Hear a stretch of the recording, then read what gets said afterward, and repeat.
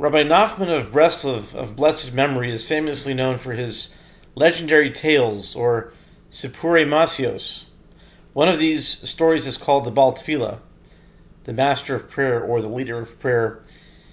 It is written in the Sefer Sipurei Masios that Rabbi Nachman began to tell the story after Sabbath, the Motzi Shabbos, of the Torah portion of Era, last week's Parshah.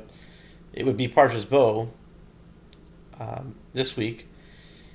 And after the Rosh Chodesh Shvat, which was this past Monday in our time, but then it was the year 1810 or 5570. It's quite a long story, but to give the basic idea of it, there was a mysterious individual known as the Baal Tefillah, the master of prayer, Chazan, and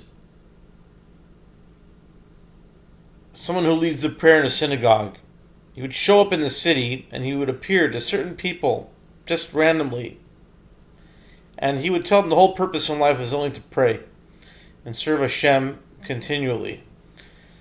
If they were interested and willing to join him, he would bring them to a beautiful place outside of civilization where prayers, songs, and praises to Hashem went on continually. After some time, the people in the city began to notice that the people were disappearing out of the city, and they wanted to catch him, but they couldn't catch him since every time he appeared in the city, he looked different and appeared differently to each person. And if a person would start to give him to express disinterest, he would just disappear. They couldn't find him. And so it was.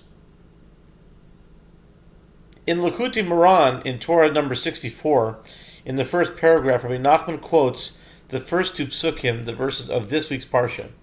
Ve'omer Hashem el Moshe bo el Paro, ki ani ichbadati es libo ve'es lev avadav lama'an shisi ososai ela bikir bo. Hashem said to Moshe, come to Paro, for I have hardened his heart and the heart of his servants, in order that I may place these signs of mine in his midst.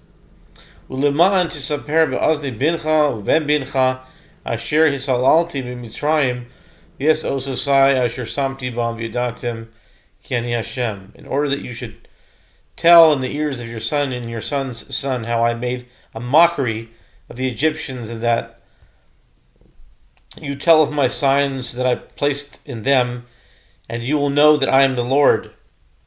Rabbi Nachman says on this that the Holy One, blessed be He, because of His great kindness and mercy, wanted to have a place to demonstrate this great kindness and mercy.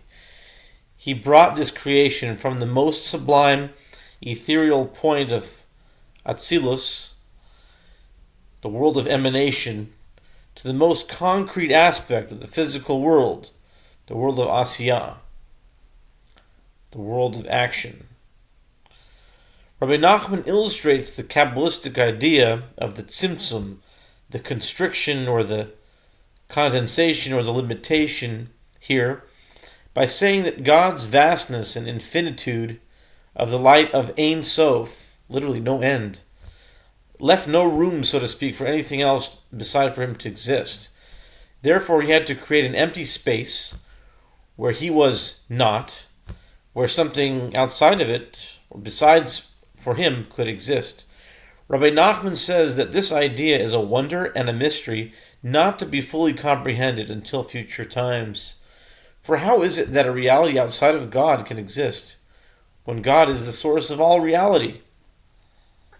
It seemed really interesting that the story of the Baal Tefillah was told around this time, leading into this week. Because in order for there to be a place for God to be revealed and praised, the beautiful land that the Baal Tefillah would bring people to, there had to exist a dark, blinded, dense city where many did not want the Baal Tefillah to come to. And they wanted to catch him, even though they could never catch him. And this takes us perfectly into our Parsha, that in order to show his great kindness and mercy to Israel, there had to exist a Pharaoh, with a hardened heart to facilitate this. There had to be in Egypt, Mitzrayim. Mitzrayim literally means limitation. Tsar. Mitzrayim, Makom Tsar. It can help us understand the idea of the Tzimtzum. Moshe could be compared to the Baal Tefillah, a redeemer sent by God to take Israel into a better place of prayer and worship. Have a great Shabbos.